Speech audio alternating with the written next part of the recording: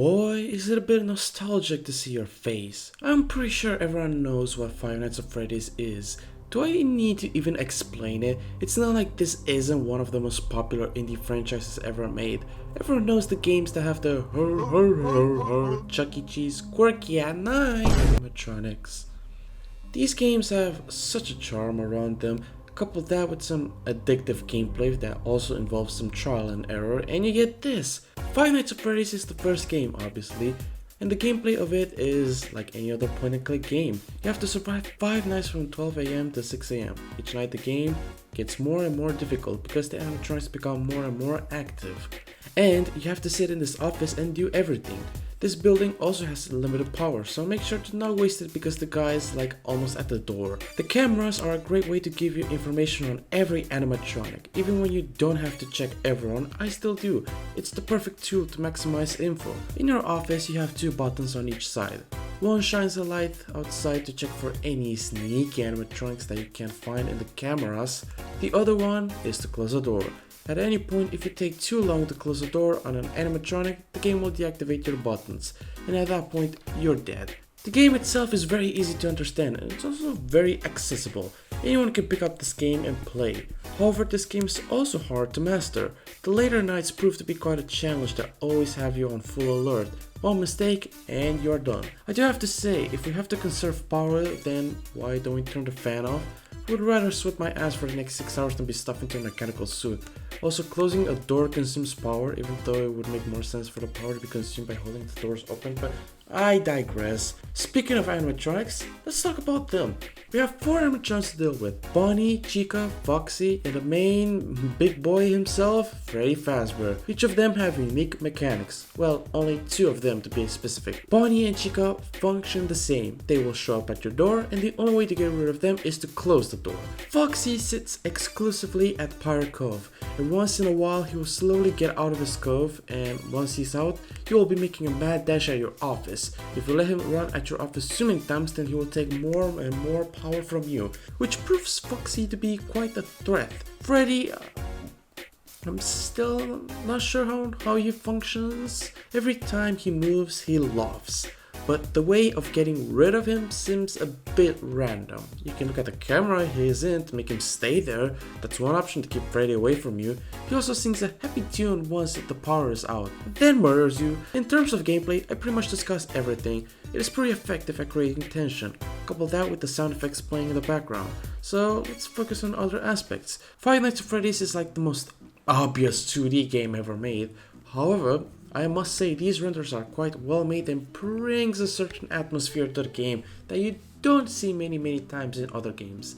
It's almost mannequin-like. Speaking of atmosphere, the sound design in this game is nuts. I love it. The ambience is soothing but also fills you with dread. Every sound effect portrays everything to perfection. For example, the camera sound effects are perfect. There's many sounds that the robots make, like messing around in the kitchen, Foxy humming in Pirate Cove, random music playing in the background, Bonnie and Chica's footsteps and their moans. The jump scares are also pretty well done, and the sound is, at this point, a classic. Many would recognize this scream. Sure, this does get repetitive after a while and it loses its scare factor, but these are still pretty good jump scares. Every night starts with a phone call, so yeah, let's talk about Phone Guy. As much as I want this franchise to be known for its creepy games, I cannot deny the lore of these games is also just as well known, possibly even more. I doubt most of FNAF fans have ever played the games, but while they are focusing on this franchise's lore, which you can actually find some interesting stuff in the form of Easter eggs in this game, I instead will rant about how shitty of a company Fazbear Entertainment is, rather. I value my sanity in case you were wondering. So the phone call for night 1 is extensive. Phone Guy introduces himself and also tells you pretty much how the game works. I say pretty much because he doesn't say everything that you need to know, more on that later. He also reads out an introductory greeting from a company, you know, legal stuff, yada yada yada, boring. In my opinion, as the night guard of this establishment, that introductory greeting has some interesting things noted. Unfortunately, we are kept in the dark. He also mentions how quirky the animatronics get at night. He said the funny thing, guys! The only notable thing that he mentions is that if we get caught, then we are stuffed inside a suit, and that we may be experiencing a little bit of discomfort and death. Interesting choice of words to tell us that we die if that happens, wherever. He also sounds pretty nonchalant about that. Also, the fact that we are never told this when we sign up for the job. You guys are just waiting to get a lawsuit, do you? Night 2 phone call mentions how the animatronics become more active each day passes, which, you know, makes sense in terms of game design. Each night is like a level. Night 1 is the easiest and night 5 is the hardest. In universe, this makes no sense. What? Do the animatronics feel like old people at a retirement home on Mondays but cranky as shit during Thursdays? Night 3 phone call may or may not imply that most people die working here. Wait, did I say die? I meant to say that they just move on to other things by now. Also, phone guy, what do you mean things start to get real tonight? What? Did the animatronics just were pretending killing me before? Also, I doubt playing dead would work. You think these robots are stupid? Maybe. But I don't want to test that theory. Night 4 phone call has us witness the death of phone guy. This is quite the plot twist for a game that doesn't really have a plot. But also, these are also recordings, right? Why would we be listening to these? Is anyone even aware of these? And for night 5 we get a garbled mess by what I assume is an animatronic speaking.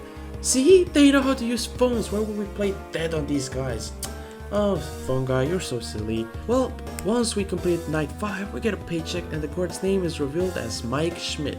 Man, that is so not worth it. $120 for 1 week? 120 divided by 5 is 24, divided by 6 hours is $4 an hour. I was risking my life for just $4 an hour. You know what? I feel grossly underpaid. And that's 5 nights at... Never mind, I stand corrected. So if you complete every night, then you unlock night 6. And if you complete night 6, you get another paycheck for working overtime. Honestly, I don't know which one is more insulting. The one where I get $4 per hour, or the one where I make the equivalent of what I make in a week plus an extra 50 cents. After that, we unlock custom night. You can customize your own night right here.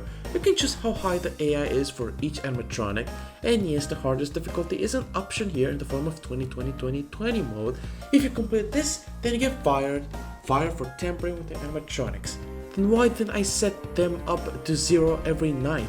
General unprofessionalism means that you suck ass at your job, even though you have defeated these robots at their highest difficulty. And odor? I guess you shine your pants a bit too much around here, but hey, at least you get the final star. If you have all 3 stars, that means you have 100% of the game. You had to get fired, sure, but well, still, congratulations. You get to walk home with 2 garbage paychecks and 3 stars that mean absolutely nothing except pain and suffering. Oh, you're also fired, don't forget that. Well, I guess that's everything. This is such a small game, all things considered. There's not a lot of stuff to cover about this game, but this small little game started a big ass franchise. And you wanna know something else? The sequel was developed and released a couple of months later, specifically 3 months later. So let's see what the sequel has in store for us.